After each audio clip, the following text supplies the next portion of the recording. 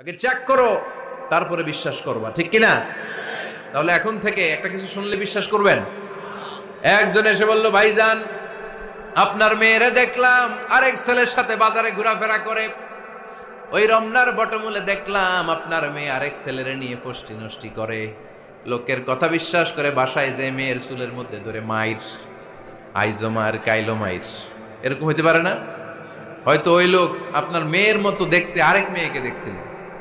এরকম হয় কিনা সমাজে? একজন এসে বললো, ভাই আপনি এখানে ভাবিরে তো দেখলাম ওই জায়গায় আরেক লোকের সাথে ঘোরাফেরা করতেছে, খবর রাখেন না বাসা? আপনি রেগে মেগে, ঘটনা কি?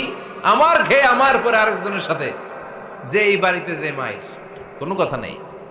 দেখবেন যে ছোট্ট মারামারি থেকে এই ঘটনা অনেক সময় বিচ্ছেদ বা ডিভোর্স পর্যন্ত গড়ায়, ঠিক কিনা? ওই যে শোনা কথায় কান দিচ্ছেন, ফাতাবাইয়ুন, আপনি চেক করেন নাই।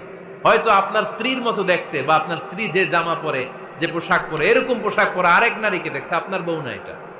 আপনার মেয়ের ব্যাপারে যে তথ্য দিয়েছে এটা সঠিক নয়, সে আপনার মেয়ের মতো আরেকটা মেয়েকে দেখেছে, এসে আপনার কাছে বলে দিছে, আপনিও বিশ্বাস করছেন। ভেজাল আছে না নাই? এই ভেজালগুলোকে থামানোর জন্য কোরআনে এই বিধানগুলো নাজিল করেছে কে? তাহলে ফরিদপুরের ভাইয়েরা, সমাজটারে সুন্দর রাখার তথ্য একটা শুনলেই বিশ্বাস করবেন না। সিলে কান নিয়ে গেছে শুনলেই সিলের পিছনে দৌড়, নাকি? কি করবেন? আগে কানে হাত দিয়ে একটু দেখবো কান দুইটা আছে না নাই, তারপরে চিলের পিছনে দৌড়ান। তাহলে এখন থেকে আমরা তথ্য একটা শুনলেই বিশ্বাস করব। তাহলে কি করবেন? বলতে হবে কি করবেন? যাচাই বাছাই, জাস্টিফিকেশন অফ দ্য নিউজ। কোন নিউজ জাস্টিফিকেশন ছাড়া আমরা প্রচার করব, বিশ্বাস করব, শেয়ার করব না। আল্লাহ বললেন, ইয়া আইয়ুহাল্লাযীনা আমানু লা ইয়াসখার কওমুম মিন কওম। ওহে আমার ঈমানদার বান্দারা, শোনো শোনো, খবরদার কখনো কোনো মুমিন বান্দারে ঠাট্টা করো না, অবজ্ঞা করো না, ঠাট্টা করো না। তার মনে কষ্ট হয় এমন কোনো কথা তারে বলো না। Never scoff of anybody. কাউকে নিয়ে ঠাট্টা করবেন না, তার দেহ নিয়ে, তার আকৃতি নিয়ে, তার বংশ নিয়ে।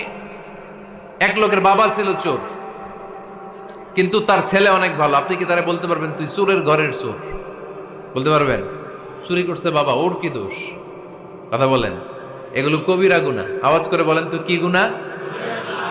কবিরা গুনাহ। কারো আকৃতি নিয়ে, আমার ফরিদপুরের কলিজার টুকরা যুবক ভাইরা, কারো আকৃতি নিয়ে কখনো অবজ্ঞা করবে না, তুচ্ছ জ্ঞান করবে না।